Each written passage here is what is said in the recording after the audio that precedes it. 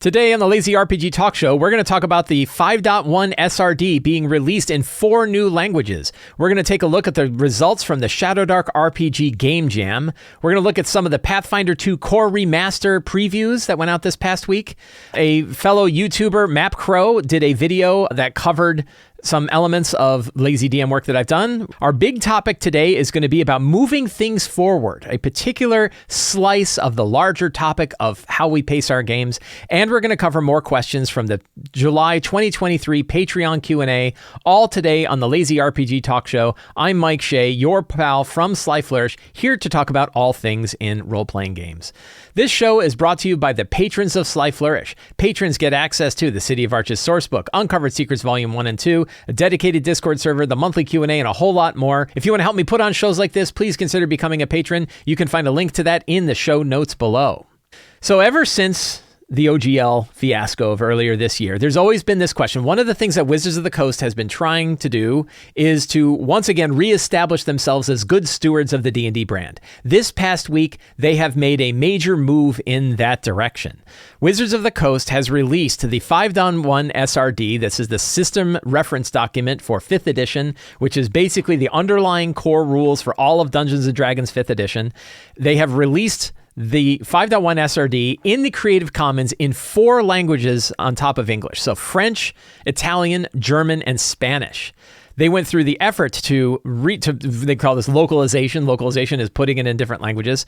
And it means that now you can go download a French version of the 5.1 SRD, which is under a Creative Commons license. The Creative Commons license is included as part of the SRD, which means that a publisher in one of these countries that wants to publish 5th edition compatible rules, 5th edition compatible material, has more than 400 pages worth of material that they can use, all by just including a single line that references back to the original source.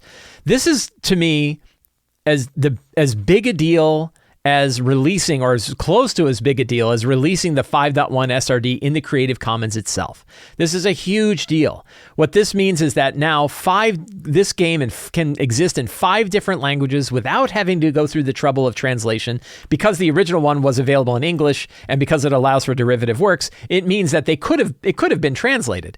But translating 500 pages of material is incredibly costly. It's often well outside of the capabilities of any independent publisher that wants to publish in one of these languages. So them going through the effort, Wizards of the Coast going through the effort to translate this into 4 additional languages on top of English is a tremendous expense. And that expense directly goes to the benefit of people who not only want to have that rule set in their language, but also publishers who want to be able to publish 5e material in those languages. It's a really good step forward. I think that this is a strong indication, because again, we're now 6 months past the OGL thing. It would certainly be possible for Wizards of the Coast to just kind of step back and say, well, we're just going to keep going and making books and Planescape. Don't forget about Planescape and Big Bs, and kind of forget about this stuff. And they haven't been. They've been doing stuff. I think this deserves a lot of credit. And I've seen people definitely on different forums who are still like, well, I don't care. I still don't trust them. I also had discussions about people who are still not convinced that one day Wizards won't try to take this back. I can't see how they would. The argument that was brought up, the argument that I have heard is, we all thought the OGL was secure, and it wasn't. And now we think this is secure. What's to tell us that this is? Well, the difference is that we would have trillion-dollar companies on our side if Wizards of the Coast decided, we would be fighting alongside trillion-dollar companies if Wizards decided that someday they wanted to bring this back. I think it is very safe to say they are not going to bother to try to fight to bring back the 5.1 rules under their control after releasing it under a Creative Commons license. They're, by their own words, stated in many different places, they believe it is irrevocable. They cannot pull back the 5.1 SRD. And not only that, but they are putting it out in these other languages. Now, to me, there are 2 other good signs and indicators that we want to be keeping our eye out for. Wizards has said they're going to do this. Because they said they're going to do it, I think this is something that we can hold them to, and that we should hold them to, because I think it definitely is a big benefit to the community overall. One is releasing the 3.5 SRD under Creative Commons. There is a system reference document that is tied to the the original 3rd edition rules that contain different kinds of stuff than the 5th edition rules did. And they said that they were going to release that under a Creative Commons license as well. They expected to be able to do it before the end of the year. So let's keep an eye out and see if they do. And then the next big one is going to be later next year, and it's going to be a little ways away, and that's why I'm a little worried about it, because it's pretty far away, and it's like it could be far enough away that maybe like, oh well, we've just been really busy and we haven't been able to do it. And that is releasing the 2024 updated rules under a Creative Commons license. Not all of them, but whatever, basically the equivalent of what the existing 5.1 SRD has, only updated with whatever changes and updates they're making as part of the 2024 revision, that makes its way into Creative Commons license. So why does this matter to GMs? I talk about this, and every so often I get people that are like, man, you're still hanging on to this thing and all you're talking about is the business of D&D. The reason why it matters is it matters to the quality of the material that you're going to be able to buy in a couple of years for your games. A lot of products, like products from Kobold Press, the products that we see from Ghostfire Gaming, third-party products that we're seeing, other 5th edition products that we're seeing tremendous, really, really awesome products that are coming out there that are the kind of thing Wizards of the Coast alone would not produce. Again, we talked about they wouldn't produce a book like Ptolus. They probably wouldn't produce a book like Drakkenheim.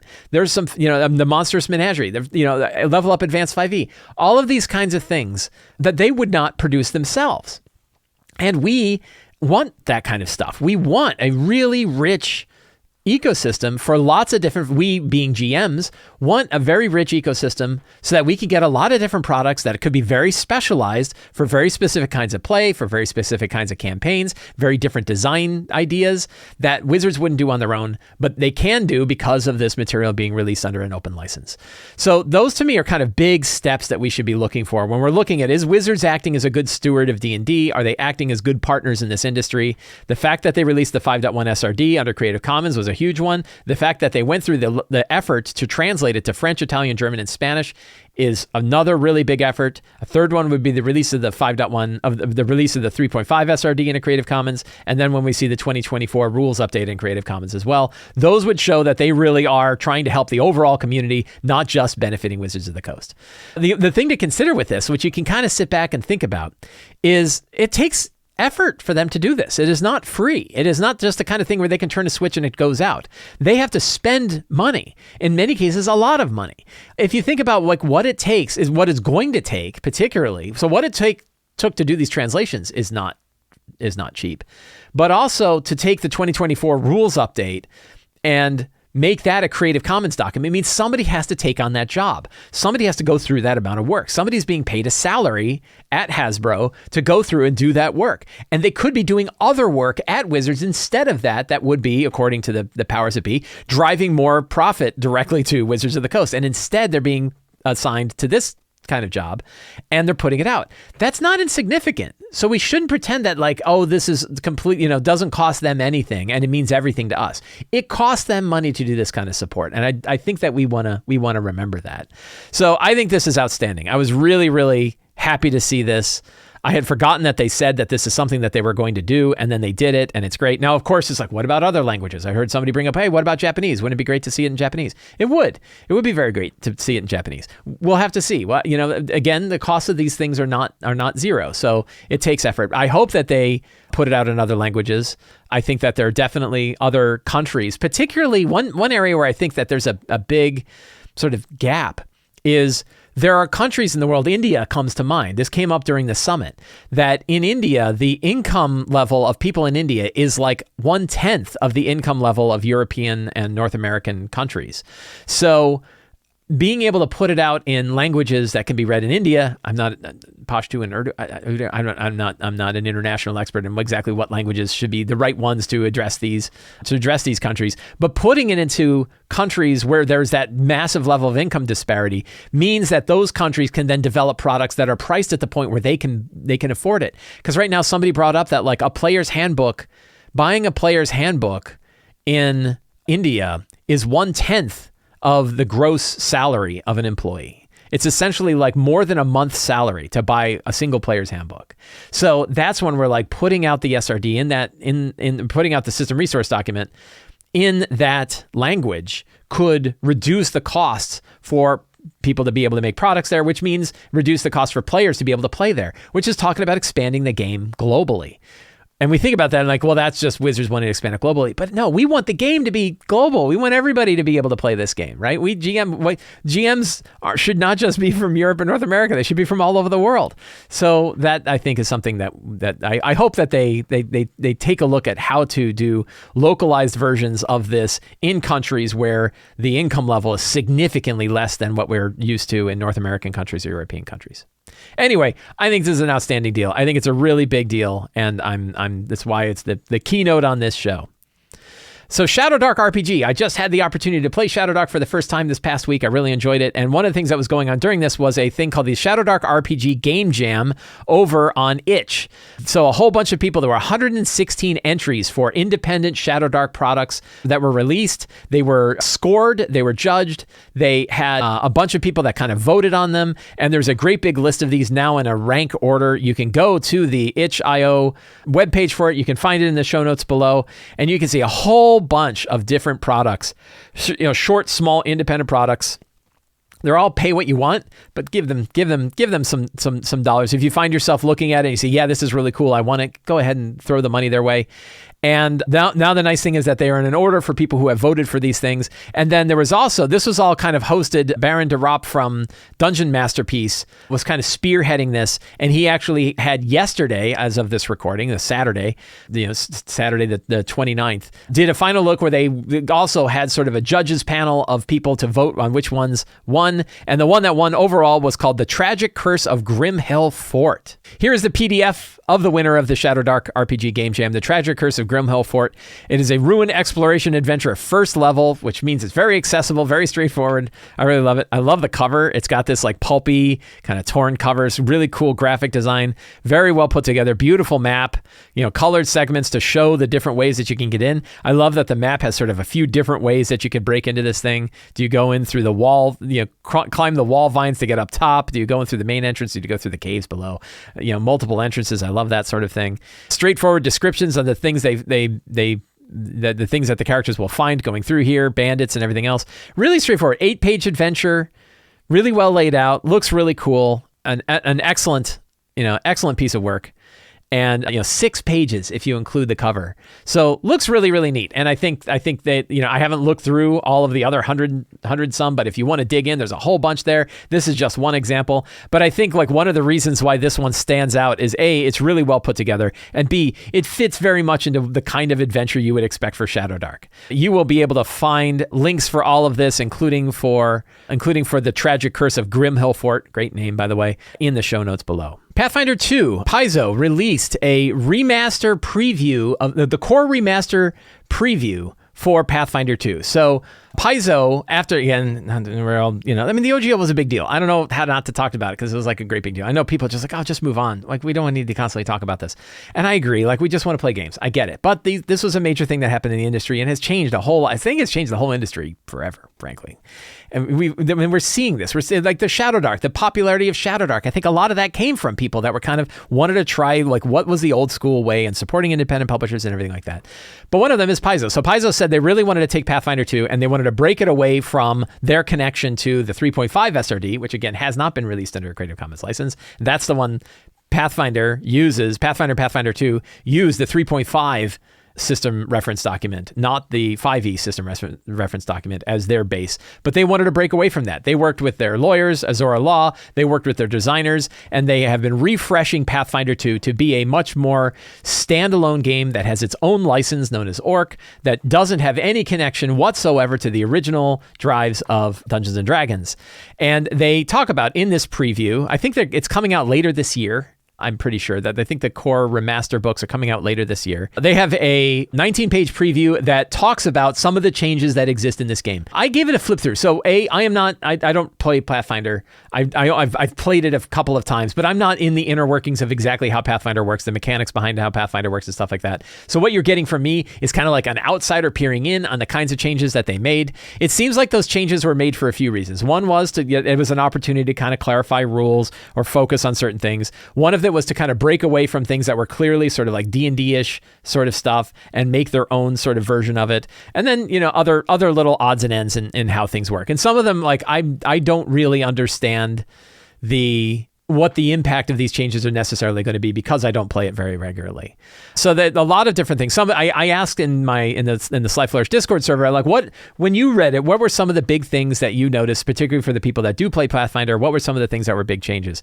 And it brought up the fact that they removed alignment, which is pretty interesting. They removed spell schools, and instead they're just part of the subclasses that you pick. So there are things like illusion is still a trait that follows specific things, but generally speaking, the schools themselves are gone. Instead, they have sort of like wizards have no spell schools, but they still have a curriculum, which is essentially, I think, like a subclass. And the way that you choose what line of wizardry you're going to follow says what spells that you're going to have. I guess the idea is that the basic list of spell schools of abjuration, conjuration, divination, enchantment, evocation, necromancy, transmutation, that those traits were probably too closely tied to the original 3.5 version of the game, and they decided that they want to break away from it. Which, I think that makes sense, because like spell schools are kind of a weird sub thing. Like you got your list of spells that you pick. I guess they're a way to select spells. I don't know. Again, it's one of those things where like I'm not sure that I understand exactly how it works. So one of the things, so they attribute modifiers. We're removing ability scores and changed ability modifiers to attribute modifiers to make them more obvious. That is a big one. And this is one where I've had a strong opinion about this for a long time. In my opinion, only one game on the planet needs to have ability scores, and that's pure Dungeons and Dragons. I think anybody else that is making an RPG doesn't need to use ability scores, because almost always the ability score is instead a modifier. Just pick the modifier. I've seen games where you still roll like you're rolling a score, but in the end you only select your modifier and you put it in. But the modifier is really the only thing that matters. So a lot of times when I see games that kind of make that leap forward, they really only use modifiers. It looks like Pathfinder is going to move to a modifier only system, which I think makes a lot of sense. That's definitely a path that I would see. There's a lot of like this replaced concepts list. And some of this I think is, again, them defining Pathfinder 2 as its own system, independent of Dungeons and Dragons, and other ones where I think that they wanted to just make changes to the game themselves, or they wanted to avoid any kind of licensing thing. So instead of the Abyss, they have the Outer Rifts. Aquin is Thalassic. Orin is Susurran. That's interesting. This one caught my eye. The City of Brass is now Medina's Moody. Mudai. And that's interesting because like City of Brass is from Arabian Nights. Like it's really old. Like you don't have to worry about using. So that's one where I don't think it's necessarily because they'd get in any kind of trouble by having the City of Brass. Although the City of Brass is one of those terms that was highlighted in the OGL as a term that you couldn't use or something like that. There was a specific phrasing that you couldn't use. So I thought that was interesting. But again, this is one where they're kind of defining their own world as separate from the City Brass, and that seems perfectly fine to me. So lots of different ones where they're kind of switching from one term to another. That all makes sense. Again, kind of defining their own game separate from any other game that exists. Let's see. They removed the ability scores from cantrips. They changed how grab works for monsters. They renamed opportunity attack. That's kind of interesting. So a bunch of different things that they've changed. And really, when I look at these changes, it feels pretty good to me, because it means one of the things I really like about Pathfinder 2 is that we have a whole other system that's very heavily produced, very well supported, well loved by the players and the GMs that play it a lot, that is very different from a lot of the other RPGs we have, which means that when you look at the tabletop RPG hobby overall, we have this very wide spectrum of the kinds of games you want to play.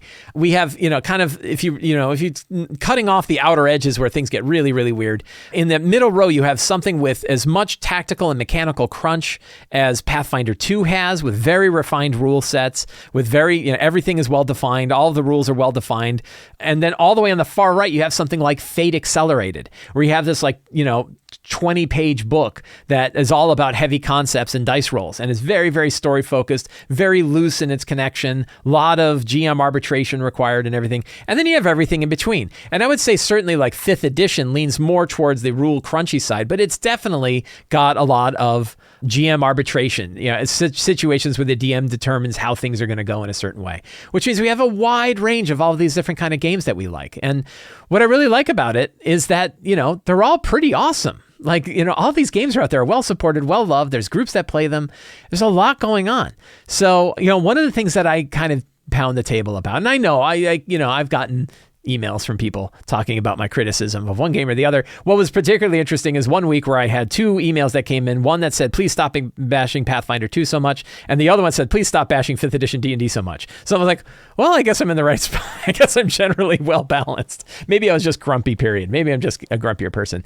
But one of the things I think I probably don't say enough is none of these are bad games. These are all pretty awesome games. It's just which game better supports you as a GM and your players. And that's an individual choice that's made. You get to decide which ones of these games do you think really fit you and what you want. And you can try them all. And I'm trying lots of different ones. And there's some I've tried where I love it and my group doesn't. Cipher System. I love Cipher System. So when I talked about the ones that I found to be the most GM-friendly systems, Cipher System jumps out to me as one of them, as for me, the most GM-friendly system. I love it.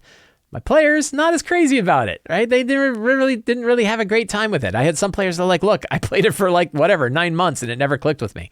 So it makes sense. I have played Pathfinder 2. It's a little too crunchy for me. It's a little too specific in the kinds of tactics and the kind of management that goes on. I want something where the action is usually a little bit broader in scope and bigger. I like 1 action systems instead of 3 action systems. I don't need to have all the intricacies of rules or the little nitpicky things. Does that mean I think Pathfinder 2 is bad? Not at all. I think it's fantastic. And obviously lots of people do. Lots of people love it. And I think that's fantastic. So lots of different things to try. Lots of things to try and steal from and bring back to your favorite game. We will almost always have a preference. I don't think I will ever spend time arguing about why the game that I prefer is better or worse than the game someone else prefers. I'm not here to promote any one system over any other system. I'm here to promote the RPG industry and the RPG hobby because it is so important for all of us to get together with our friends, to laugh, to share stories. It's critical to our lives. And I think it's really fantastic. So that to me is the real main point on this. So cool. When the Pathfinder 2 Core Remaster comes out, I'll almost certainly pick up the PDFs because I want to check them out and see how they go because it looks really cool. Fellow YouTuber MapCrow did a video just a day ago where he talked about building out a particular monster and building an adventure around that monster. Made this really cool, creepy monster that's like a big evil knight with a bunch of hands for heads. But he used Forge of Foes to design the mechanics for the monster, and then he used Return of the Lazy Dungeon Master to do the actual design of the adventure. Talked very nicely about all of this. I was very happy to hear it. Some people linked it to me and said, oh, you should listen to this one. And I did. And it was really exciting to see someone else using the stuff that I've put out there. So I want to thank MapCrow for doing that video. Really, really fun and really cool to see. You can find a link to that video in the show notes. So today for today's big topic, one of the things I'm trying to do with the show these days is kind of have like a single big topic that we kind of dive into and dissect in the world of, in this world. And today I wanted to talk about the idea of moving things forward. This concept of when and how to move the game forward comes from a larger topic about pacing in our RPGs. There's 2 quotes that I think are pretty relevant to this. One is in Monty Cook of Monty Cook Games says that understanding how pacing works in TTRPGs may be the most important skill that a GM can have. That really trying to understand how pacing works, how to move pacing, how to handle pacing is one of the most, if not the most important trait that a GM can have. Another one was a quote from Kobold Guides to Game Mastering, I believe it was, and it was actually a friend of Wolfgang Bauer, I believe, who said that a lot of times playing a role-playing game is like a 15 minutes of excitement packed into a 4-hour bag. And that kind of gets to this, like, sometimes the game can be kind of boring. If you have a lot of players and those players want to do a lot of stuff and you have a lot of things going on, the action can kind of lag a little bit. 4 hours can actually be a long time. So the idea of pacing overall is really, really important. This can include things like the upward and downward beats and all of the different kinds of literary beats that you find in Hamlet's Hit Points by Robin Laws. It includes generally how to deal with pacing, but there's really one aspect of pacing, and I actually had 2 patrons recently who asked basically the same question about pacing, which was when I'm in my game and I have some players that are having a good time or the story is there, but I feel like the story, that the things are lagging, that I want to move things forward. The players are kind of okay with it, but they want to take more time with things. They want to do stuff, but really we want to move the game forward. What do I do about it? How do I handle that? So I thought it would be worth talking about this concept. And I'm not going to necessarily offer like the pure end all be all of solutions for this. It is a hard problem, which is why we are digging into it as deeply as we're going to dig into it. But hopefully we can kind of get our thoughts together about it, come up with some ideas, maybe have a few things that we can try in our game to see like, can it help move things forward? A lot of times when I'm thinking about this concept of moving things forward, I think about like in Japan on the subways. I've never been to Japan, but I've seen videos of it where during rush hour, people are trying to pack themselves into a subway car, and there's actual people with giant shields that are like pushing them in and stuffing them in. And sometimes I feel like that in my D&D game where you're like, you have this, the players are kind of moving along and they're doing stuff and they're like getting involved in the stores, or they're talking to this favorite NPC, or they're getting involved in games at the bar, and you're like, you've got your big acrylic sheet, you're like, move forward, come on, let's go. Some of it I feel is like that. We have to be the one that's kind of shoving the game forward. And part of that means sometimes our players are not going to necessarily be happy about it because they were enjoying that thing they were doing. They were enjoying their bit of downtime. They wanted to run that game at the table. And you're like, we got to move things forward. But part of the reason we want to move things forward is because they might be having a good time, but other players may not be. Other players may be bored. Other players may be disconnected. They may be off on their phones or doing something else, or maybe they're just sitting there staring at the ceiling or falling asleep. You don't really know. So one of the tricks with pacing is that it's different for different players, and dealing with that is going to be a tricky spot. So the real problem is that sometimes things slow down in our game. That we can see it happening. We as GMs, we know things are slowing down. If we don't know that things are slowing down, well, that's kind of another problem, which is the players are bored, but we think things are going okay. That's not always great, but we kind of get this feeling of like, have things happen, always be moving towards action. What's something the characters can do? Now, some of the players also know what's happening. You have some where like, all I want to do is swing a sword and hit a skeleton. And there's no skeletons to swing swords at when I'm wandering around in town. So you know that some of the players are into it. Some of the players are into what's going on, and the pacing isn't an issue for them. Sometimes it is an issue. Time is ticking. You have a limited resource. You have a limited time for the game that you want to run. And even if you're running an ongoing series that's continuing, you still want to have stuff happen. You still want to move things forward. You still want to have things going on. Your cool conclusion, if you're running a one-shot game, or even if you had an idea about, hey, I was going to have a big climactic fight at the end of a session, that time is getting closer and closer. What are you going to do is like, time, you thought this thing that was only going to take 45 minutes ends up taking an hour and a half, or this thing that was only supposed to take 10 minutes is now taking 45 minutes. What are you going to do? How are you going to manage that? So that's a real issue. Why does this happen? Why is pacing a problem with this? And some of it is that some players are taking their time with their scenes. It's honestly, it's really, really hard when you have a lot of players. If you have more than 4 players, pacing is going to be a concern because those players want to have their time in the spotlight. They want to do things. They want to understand things. They want to dive into the game, but there are 6 of them. 5 of them or 6 of them. And when there's that many players, that amount of spotlight time is going to take up a lot of time in the game. The easiest thing to do to improve the pacing of the game is have fewer players. If you have 4, that's really great. If you baseline your group at 4, but you have a couple of people that that can work too. I tend to have 5 or 6 players, right? I tend to have a larger number of players. But I can tell you, for those of you who have more than 6 players, you're in a rough spot. It is going to be really hard to keep that game exciting and interesting and moving forward when you have as many players as 7 or more. Really, really hard to do. 6 is my absolute limit. Decision paralysis often causes this problem. We put a lot of choices in front of the characters. The players have to make their individual choices, which is already hard. And for some people, it's just hard to make choices overall. You can see this with players who play like spellcasters, and they take a lot of time on their turn to try to figure out exactly what spell they want to do. They're sort of maximizing and optimizing their options. They're kind of thinking things through. They run through hypothetical scenarios, and then they change their minds. Some people, it's just harder to make decisions like that. And a lot of time, the people where it's harder to make decisions tend to pick classes that are harder to make decisions for. They don't pick a fighter where they just swing their sword every time. They pick the wizard who's got lots and lots of options. Decision paralysis is at an individual level is one thing, but then you get a group level where you say like, hey, everybody, where do you guys want to head to next? You have these 5 options. I had this happen in my game yesterday. We have these 5 options about where you want to go. They're hemming and hawing about, 3 want to go one way, 2 want to go another. They kind of talk about it. Then they remember that with some other subquests that they want to go on. That sort of analysis paralysis can be really hard. And the more people that are involved, the harder it's going to become. right? It's not even just one person. Then another one is sort of the constantly checking everything for every clue, every treasure, every trap, every secret door that goes on. The nice thing is there's a relatively easy solution for this that we'll get into. But sometimes when they're exploring an area, they want to explore everything. They want to go to every nook and cranny of the dungeon. They want to check every nook and cranny of every chamber that they go to. They want to roll checks on everything, and that can take a long time. Luckily, that's a little bit easier to deal with. Combat can take a really long time. Again, 6 players, 6 characters, higher level, they have lots of different options. The monsters have to get harder to account for that. So battles can take, an hour and a half, depending on what kind of system you're running. It can take a long time for battles.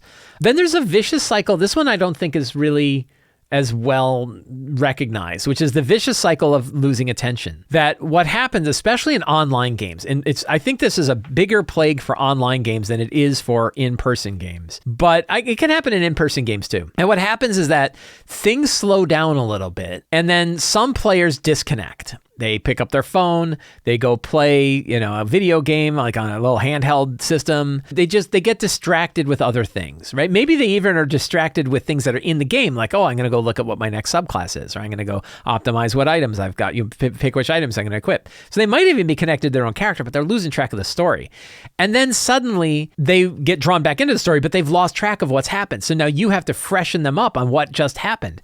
And that takes time. And then while you're doing that, other people are getting disconnected. So it creates this vicious cycle where things get slow, so people disconnect. And then because people are disconnected, it gets slower because you have to bring them back in again. It's really hard to handle. The nice part is that vicious cycle reverses if you keep pacing going. If you can keep engaging people before they've fully disconnected, then you can bring them back in, and then it's easier for them to reconnect to what's going on. The other one is being very quick and good about giving people the information they need in order to reconnect quickly. That's something that can work. Then the other one is, like, a lot of times if you're playing a published adventure and the published adventure has lots of material in it and you feel like you have to run all that material, but it's really kind of boring. You know it's boring. They know it's boring, but you're going through it anyway because the adventure has it. I see this most often with organized play adventures where I see GMs that feel like they have to run everything that's in an organized play adventure and then they have to cut off the end of the adventure. That's probably my biggest pet peeve with organized play adventures is when DMs will run what I call the boring middle, right? Oh, we're going to run a big skill challenge in order to cross this muddy wasteland to get to the boss, but now we don't have time to run the boss fight, so we're just going to call it right here. That drives me bananas. All right, so we've got kind of some ideas about what some of the issues are with pacing, but what are some of the solutions? What are some of the things that we can do to help with this? So for combat, let's start with combat. Combat, there's some easy specific things that we can do. 1, lower the monster hit points. Think about those dials of monster difficulty. The dials of monster difficulty are the number of monsters, the hit points of the monsters, the amount of damage they do, and the number of attacks they have. If you need to speed up the pacing of a battle, particularly after the battle has crossed over the point where the characters clearly have the upper hand and they're having a good time, turn that dial, turn the hit point dial. It means the monsters can fall over a little bit faster than they would normally. That increases the pacing. You've already you've hit the exciting peak of the battle, and now it's the cleanup. Don't make the cleanup last 2 more rounds just because the character's missed a couple of times and now the creature has 8 hit points left and they're only doing 5 damage. That is the most common way to tweak the dials. And the one that I think that the fewest people have problems with is turning the hit point dial down in order to end a battle early. It's really easy to do. You can do it completely behind the screen. Very rarely are you going to have players who even notice it's happening. And if they do, they're probably recognizing like, yeah, we want to end this battle too. That to me is far better than saying we're going to call the battle right here. Which again, I've heard many organized play DMs, instead of just breaking characters saying, let's call the battle, let them do their final blows, just make them final blows. Sometimes though, if a battle is going long or it's going to go long, you have a lot of players, they're high level, what you can do is lower the hit points but increase the damage. Make them more what they call glass cannon-y, right? Glass cannon is the idea that they do lots of damage but they shatter very easily. So you can lower the hit points but increase the damage. Drop an extra D6 damage or 2D6 damage on their attacks but lower their hit points. That way the threat is still there. These guys are still really dangerous. You're taking a lot of stuff. You're taking a lot of damage. There's a lot of risk. You get really scared. Damage scares players. When characters get hit with lots of damage, that freaks them out. But if you can drop them quickly, like, oh, thank God we got rid of that guy. He was doing like 96 damage to me. So that's definitely one. An area where pacing can really fall down is chasing enemies that run away. So one of the problems of having monsters flee, which would seem to be a good way to have a battle end early, is the monsters run away, is players want to chase them. And now you have this other pacing thing where the monster's trying to get away, the characters are chasing them, and it just goes on and on and on. So one way is to make it very clear. The monsters are going to flee and you're not going to be able to keep up. You're taking away some agency, but you're doing it really quickly and you're doing it for a good reason, which is just don't chase them.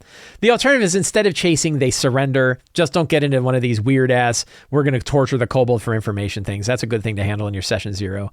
And make it easy for them to rehabilitate or say like, just get out of here, but won't ever want to see you again. And don't make them pay for that. If the players make the choice of mercy, don't pay back mercy by having those monsters come back. And then you're like, I guess we should have tortured that kobold to death. In my opinion, that's not a good way for the game to go. I don't like it. I'm not going to have it in my games. So when a kobold says, please, I'll tell you my information, just let me go, and they actually go. I think the only time I went against that was when it was a vampire kobold, and they really should have just killed the vampire, and instead they got information, the vampire kobold came back. So even in my circumstance, I still, from time to time, will change how that goes.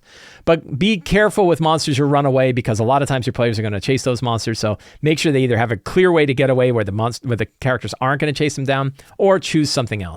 And I've already talked about don't do the call it right here. For exploration, we're kind of covering these in sort of the easiest to deal with to the hardest to deal with. When I talked about like the problem of players who really want to explore every single chamber in a dungeon, and then for every chamber want to explore every nook and cranny. And this is a real easy, there's an easy solution. I don't know if anything is truly easy, but here's one that I find works really well that a lot of GMs don't do, which is break character and tell them they've explored everything. You see this in like dialogue trees in video games where like this character has told you everything they're going to tell you. You have thoroughly searched this room and you are convinced that there are no secret doors, that you've discovered all the treasure, everything's here. And you can even jump ahead of them doing the search, right? If after they've cleared out a room, you say a quick cursory search of the room, a good thorough search of the room tells you there is nothing else here to find other than what you have found. And then what are they going to do? Say, oh, I keep searching. You're like, same thing, right? Like the players are not going to say, well, I search and I search and I search and I search. Like, you're like, no, I'm serious. Out of character, there's nothing else here for you to find.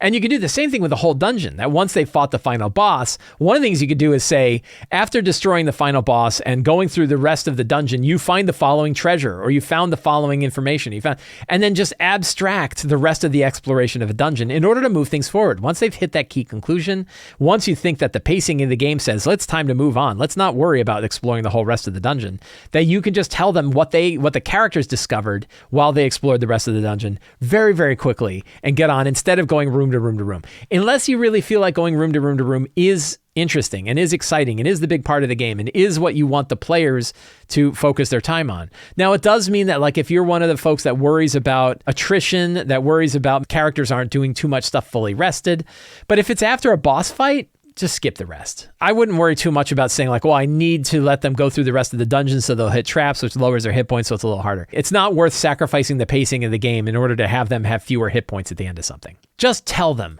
This concept of just tell them when they've done something. Tell, don't show. Instead of going through an entire dungeon, just tell them what they found. Instead of making them run a bunch of perception checks and a bunch of investigation checks, just tell them what they find. Not all the time. Again, we're talking about doing this when the feeling of pacing is starting to lag. That when you think you need to move stuff forward, that is the time to just cut to the chase. You found everything in here. Let's move on. So what about other forms of decision paralysis? This is the really big problem. You have certain players that spend a lot of time in the decisions that they're figuring out, or as a group, they all have trouble figuring things out.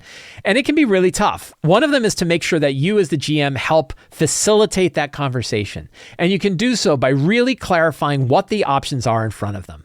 So you can always leave things for if they come up with other ones, you can drop them in, but then you might need to say like, look, that 7 is probably too many. You have a feeling that these 3 options really aren't viable right now, but these are the 4 options that are really viable. These are the ones that you're going to want to follow. You can take a bit of a heavier hand with this, as long as you're offering meaningful and relevant choices anyway. If you're giving them 4 choices that are all big ones, that gives them a good direction of what they want to do. Clarifying those options, writing them down. If you're playing in an online game, you can actually like paste them into whatever your text window is, so all of the players can look at what the options are. They can read them, they can think about them while the other players are doing the same thing, but it's very clear what they are. It's very clear why they would do those. The options are clear, the goals are clear, everything is well understood. You've helped refine it as the facilitator for this discussion. That gives them a better chance to follow through. If you kind of sit back and say things like, well, where do you want to go now? And then you rely on them to decide, like, well, what are our options? And then you're going to eat up a lot of conversation time. That pacing is going to drop really low. It's going to take a long time. You can skip, unless you really think that is interesting, and that the players think that's interesting, you can condense that way down by being the facilitator, saying, as you sit there in this campsite thinking about where you're going to go ahead, the following 4 options really become clear to you. You can go to the sewers and figure out why people are going missing in the sewers. You can go to the old cemetery and figure out why dead are coming back to life in the old cemetery. You can investigate the strange obelisk in the Demon's Bowl, or you can investigate the other strange obelisk at the land of gray spires, right? And like, oh, okay, we know what we need to do. We know where we need to go. These are our 4 choices. What do we want to do? That really helps. The clarifying really helps. Make sure the players have all of the info they need. Do they have everything that they need in order to make those choices? Do they know why they're going there? How it ties to their larger quest line? What they need to accomplish there? Make sure all that's really clear to them so that they can make those choices. Then eventually you can stop and say, instead of let them converse and talk about why they pick one over the other, but then at some point stop and say, just let's do a cursory vote and see where people stand, and go through the players, particularly starting with your quiet players, and ask them, where would you want to go of these options, and keep track. And you could do even sort of rank choice of pick a couple and then see of those couple, which ones tend to correlate more with another. Then once you've come up and you say, yeah, it looks like you guys all want to go to the sewers to see why people have gone missing in the sewers, then you can say, is everybody okay with that? Is everybody at least, can everybody live with that result? Because sometimes you might make a choice, particularly if it's a choice that you cannot come back from, where one of the players is like, I really don't want that. I really don't want that. And then you might need to go back and try to figure out how you can come to an agreement that everybody can agree to, and say, yeah, maybe it's not my ideal, but I'm fine with it. That's really what you're aiming for. It's not necessarily that every player is perfectly happy with the choice, but that every player is okay with the choice. You don't want to have it where one player is just, man, I did not want to do that at all, and that was the choice we made, and now I'm feeling disconnected from the game. I don't like what's going on. You want to bring that back in and stop and say, then re-scope the conversation to try to find a way that everybody can come to an agreement that is at least palatable to them. The independent role-playing game Shadowdark RPG actually has a couple of interesting ways to handle pacing and exploration. How do you keep things moving forward? There's actually kind of 3 different things that Shadowdark brings to the table in this that I think are all useful and are useful in other RPGs as well, if you can figure out exactly how to drop them in there. One is that you're always on initiative, which means you're always going from player to player to player. Even if you're doing scenes in towns, conversation scenes, you're still going around. That's making sure that everyone is staying involved. And it's also making sure that no one person has too much of the spotlight time. That's a really good way to keep pacing going when you have some players that are taking up more time than others with spotlight time. Another way for exploration that Shadowdark handles it is that things like torches, which are very important to keep away the danger of the dark, are timed in game and timed in the world. So you have a stopwatch or a clock that says you have 60 minutes on this torch. When the torch runs out, this thing goes. Now you could take the clock concept from Blades in the Dark and the Powered by the Apocalypse games, where certain things are scaling up. You can actually use a real game clock to show how things are scaling up in the world, that things that they want to do, things that they need to be able to accomplish, the time is ticking, and it's ticking in real world time, which means the players need to be moving forward a little bit faster if they want things to go. And again, another one from Shadowdark RPG is the idea of using random encounters. The little trick with random encounters, they work well for Shadowdark because Shadowdark encounters can be very, very quick, and the danger is always kind of always kind of there. Adding random encounters as a way to push pacing isn't necessarily ideal for a game like 5e, because those battles are now going to take extra time too. You've actually made things longer instead of shorter. But random encounters can be one of the ways that you can kind of keep the pressure moving forward to try to keep characters going in a particular direction. So those are kind of the big things that I've been thinking about when it comes to how you can help keep the pacing of the game moving forward, how you can move things forward. If you have other ideas, if you have certain circumstances, certain situations where you felt like the game has been lagging and you have found good solutions to move things forward, please let me know. Put it in comments, send me an email, let me know what you have found, because I'm very curious to hear other ways to solve what I consider to be a pretty big, hard problem when running tabletop role-playing games. Let's do some Patreon questions. So every month on the Sly Flourish Patreon, we have a monthly Q&A. I answer every TTRPG-related question asked on that Q&A post. Some of them I take and I bring here to the show, and other ones become larger segments, like the whole concept of pacing and moving it forward is an idea that has come from a couple of different patrons of Sly Flourish for discussion. So let's take a look at our current questions. Matthew D says, how do you balance rewarding creativity of players that might want to try fun stuff while not giving too much spotlight to them? An example might be making a check to swing from a chandelier and land on an enemy, plunging a sword into them. Inversely, I find it easy to accidentally give less time to players whose turn is very succinct. I want to make sure I'm giving everyone the same spotlight time and not giving away extra actions by mistake. So yeah, this is a concept I really like. I've talked about an idea that I bring, which is called cinematic advantage. The idea is that characters can use sort of in-world, in-game things to get an advantage in combat. An example would be like swinging from a chandelier to drop on. You could roll an acrobatics check. If you succeed, you get advantage on your first hit. It is a very straightforward way to kind of add a little bit of cinematic flair to an encounter that kind of brings players into the world itself using these interactive objects that are going on there and things like that. But that question of, well, what if you have some players that are grabbing onto these ideas and then other players that are not? Are you putting too much of a spotlight on some players and too less of a spotlight on the other? So there's a couple things you can do. One is you don't have to worry about it quite so much. And it doesn't need to be absolutely perfect, symmetrical spotlight time on all of the players all of the time. Sometimes you're going to have players who get more of a spotlight. Sometimes you're going to have players who have less of a spotlight. Sometimes neither group is bothered by this, that the person who's getting more spotlight is happy to do it. The other players are happy for that player to have more of the spotlight. Sometimes it doesn't really bother people. It's really when you feel like some players are getting disconnected. They really don't, if they come to you and say, wow, I don't feel like I get a lot of action in this. That's not good. And if you feel like you want to see more action from this, and the key to that is to always kind of be looking at all of the characters and all the players that you have and saying, who have I not heard from yet? And what can I give them? What kind of situation can I give them? So one of the things is, while you have one player who might be really good about using the area around them to kind of do cool things, you have another player who doesn't. You can offer options to them and say, hey, you notice, and you kind of look at their character, you notice that there is this great big tree, big crack in the tree. You're pretty sure if you hit that tree, you could get it to collapse and maybe even crush a couple of the skeletons that you're fighting. So you can kind of offer an option. And they go, oh, that sounds good. They might also say, nah, I'm not going to worry about that. I'm going to continue to attack. So if you find that there are certain players who aren't taking that option of having the spotlight on them for some kind of cool in-world cinematic option, you can look at them and offer one. Try to come up with one yourself, bring it to them.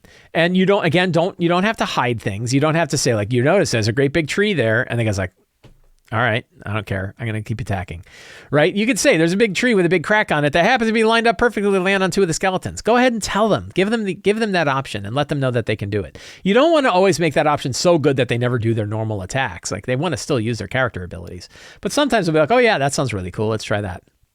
So keep an eye on it's always important to keep an eye on the players who you haven't heard from in a while. Keep that list, look down that list, think about if you haven't seen them. If there's a particular player, like, yeah, I really don't hear from that often, write down, make it a focus to ask them stuff a lot, right? And then try to kind of speed things up with another player. But that idea, the other one is sometimes people don't think of this as like part of the game. They're like, well, my character has these actions they can do. They have these options that they can do. They don't really have anything else that they can do. And I know that other player over there is swinging from the chandelier, but that's just a bunch of kind of like role-playing BS. That's not really what the game is. And instead you can say, no, cinematic advantage is a component of the game. It is an action you can take, that you can look around, you can see an object, you can interact with that object, you make a particular skill check, and you and the GM negotiate it. If you succeed on it, you get advantage on your first hit. If you fail at it, there's some minor disadvantage that occurs, but it's usually in your favor because usually the thing you're trying to do is something you're particularly good at. That can be a component of the game. It can be a mechanic that's sitting there that sort of all the players have. This is sort of like a Dungeon World move or a Powered by the Apocalypse move. There's a general table move that says interact with the object, get advantage on your first hit. If you fail, this other thing might occur. Don't make the detriment of failure worse than the advantage of success. If you're letting them make a free sort of, as part of their move action, they can make like an acrobatics check to do something. If they fail, just have them kind of fall, and then they can use their move to get up. Or the next attack against them has advantage. But don't make it so bad that, like, every monster gets advantage on attacks on them for an entire round when all they want to do is get advantage on one attack, or they'll never do it. They'll look at the mechanics and be like, yeah, that wasn't worthwhile. I got my ass kicked all because I wanted to do one thing. So you want to be a little careful with that. But hopefully that gives you an idea about how you can keep that spotlight on players and offer the options to the players who aren't taking those cinematic opportunities to give them that option to do so, because it's really a lot of fun. Frigid says, I'm a new DM. Welcome to the hobby, and I'm about to run my first campaign. That is awesome. My players are about to go on a nautical adventure. What advice do you have that would help make the adventure come to life on the high seas? That is a great, first of all, welcome. It's so great that you're taking up the DM mantle and that you're running games for your friends. That's a really big deal, and I'm very happy to hear about it. My first recommendation would be to pick up Ghost of Saltmarsh, if you can. The Ghost of Saltmarsh book has really, really excellent stuff for running games on the high seas, boat statistics, combat at sea, lots of random encounters on the high seas, little interesting nautical layers that you could find. There's a lot of great, beyond the adventures that are in Ghost of Saltmarsh, which are really, really great adventures, except for one. All the adventures in there are really good, except for Isle of the Abbey, which I was not a fan of, but other people ran and they liked it, so I don't know. And there's parts of Isle of the Abbey you could take and move around.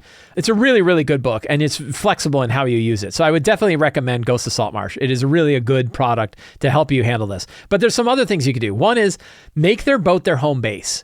I think it's really, really fun for players to be able to customize their own ship, that make it their ship, not just the ship they're riding on.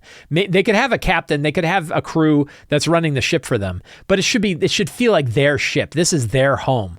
Like, find a way for them to kind of own the ship. And let them customize it. Let them customize their own cabins. Ask them what their cabins are like. How do they decorate their cabins? And then also give them options to upgrade the ship, that they can put better cannons on there. They can put better arbalists on there. They can put, all kinds of different sort of equipment on there. And again, Ghost of Saltmarsh has a bunch of like high fantasy upgrades that you can make for your ship for higher level games where you want to spend a lot of money and you have ghost sails and all kinds of things. So I think there's a lot of ways that you can expand that. But I would take the ship, make that their home base that they can travel on, and then let them expand that. And then, of course, you can do isle hopping adventures are always a lot of fun. There's just a lot of things you can do with a nautical adventure. It's a really good model. The idea of nautical adventures, I think, are a really good model for traditional fantasy RPGs. Joaquin C says, I am planning a 5e sci-fi game. My main rule books will be ultra modern with I believe that's Starfinder and Carbon 2185. But do you have any others sci-fi fantasy game systems where I can pick up rules, specifically for cyber implants and psionics? Do you think pick and mixing rules for several games is a good idea, or would you stick to a single system?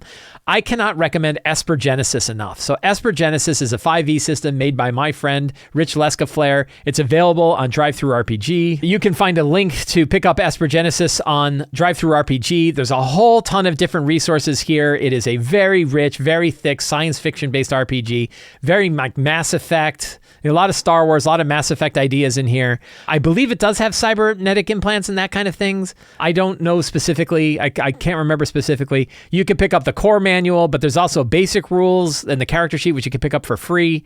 So there's a fair bit of material that you can look in to see if it's got what you want. The Master Technician's Guide is sort of a GM guide. And what's cool is it's completely 5e compatible. So if you're playing a 5e game, you can very easily reskin monsters from existing 5e products. You can use 5e adventures. You can use all sorts of other 5e stuff, and you can make it. It's all available in PDF off of DriveThruRPG. So I would definitely take a look at Esper Genesis. It is a really cool 5e based science fiction system that I think serves very well. Flibberly Gibbet says, what recommendations do you have for RPGs that emphasize theater of the mind? I am working on a list of options for our 5e group and trying and would like to add some tactics light, imagination heavy options.